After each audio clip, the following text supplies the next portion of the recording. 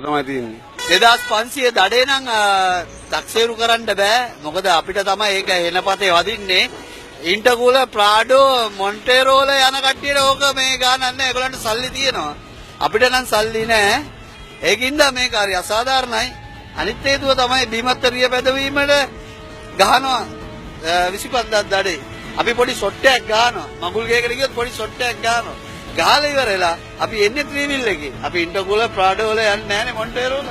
අපි එන්නේ ත්‍රිවිල් එකේ. එනකොට පොලිස් කාර්යය අත දාලා නවත්තනවා. නවත්තපුවම මොකද වෙන්නේ? මල්ලි 25000යි දඩේ මට දාදාක් දීලා බේරෙනවද? නැත්තම් උසාවි දාන්නද? ඒකෙන් මොකද වෙන්නේ අපේ මිනිහා? පොලිස් නිලධාරියන්ට පගාව දෙන්න අපි පුරුදු කරනවා. ඕක තමයි සැබෑ තත්ත්වය. ඊට හොඳයි 2500 එපා. 25000 නැතුව 2500 කරන්න 2500යි මාසයක් ඩ්‍රයිවිං ලයිසන්ස් නැති කරන්න. රේල් ගේට්ටුවේ මතින් දාන වාහන වලට අනිවාර්යෙන් දඩේ දෙන්න උපරිමම. ඒක සාධාරණයි. මොකද ඒක රජයේ රේල් ගේට්ටුවක් තියෙනවා. දැන් කෝච්චියක් එනවායි කියලා සිග්නල් දාලා තියෙද්දි දානවා නම් ඒක සාධාරණයි.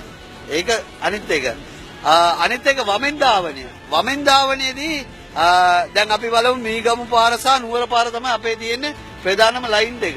අපි බලන්නේ ලයින් එකේ තියෙන ඉස්සරහා ලොරියක් තියෙනවා, ඊට පස්සේ බස් එකක් තියෙනවා, ඊට පස්සේ කන්ටේනර් එකක් තියෙනවා. ත්‍රිවිල් කාර්යය දාන්නේ වමෙන් දාලා ගිහලා ආයර් එක බස්සලා නැවත ආපස්සට එන්න. ඉතින් අර මිනිස්සයා දිගටම ඉඳද්දි අපි දකුණෙන් දානවා. දාපු ගමන් ඉස්සරහා ඉන්න නිලධාරියා එතන ඉඳලා ෆයින් එක අපිට දෙනවා. ඉතින් අපි ඒකත් අපි ඉවත් කරන්නයි කිව්වා. අනිත් එක තමයි මේ පොලිස් නිලධාරීන් ඉස්සරහට මාර්ගයේ ප්‍රධානෙම ඉස්සරහා ඉන්නවනම් රියදුරා වැරදි කිරීම අඩුයි.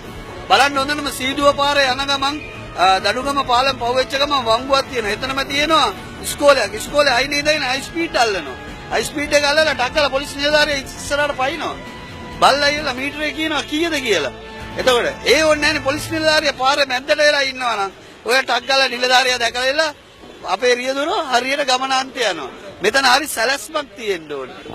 ට්‍රැෆික් අඩු වෙනවා නෙවෙයි ට්‍රැෆික් වැඩි. පාරවල් අබලන් බලන්න පෑලියගොඩින් එහාට පාරවල් ඔක්කොම කාපට් කරලා තියෙනවා. කොළඹ ඇතුළත නගර සභා සීමාව ඇතුළත කොළඹ පාල ඇතුළත බලන්න පාරවල් වල තත්ත්වය කොහොමද කියන්නේ? අබලන්.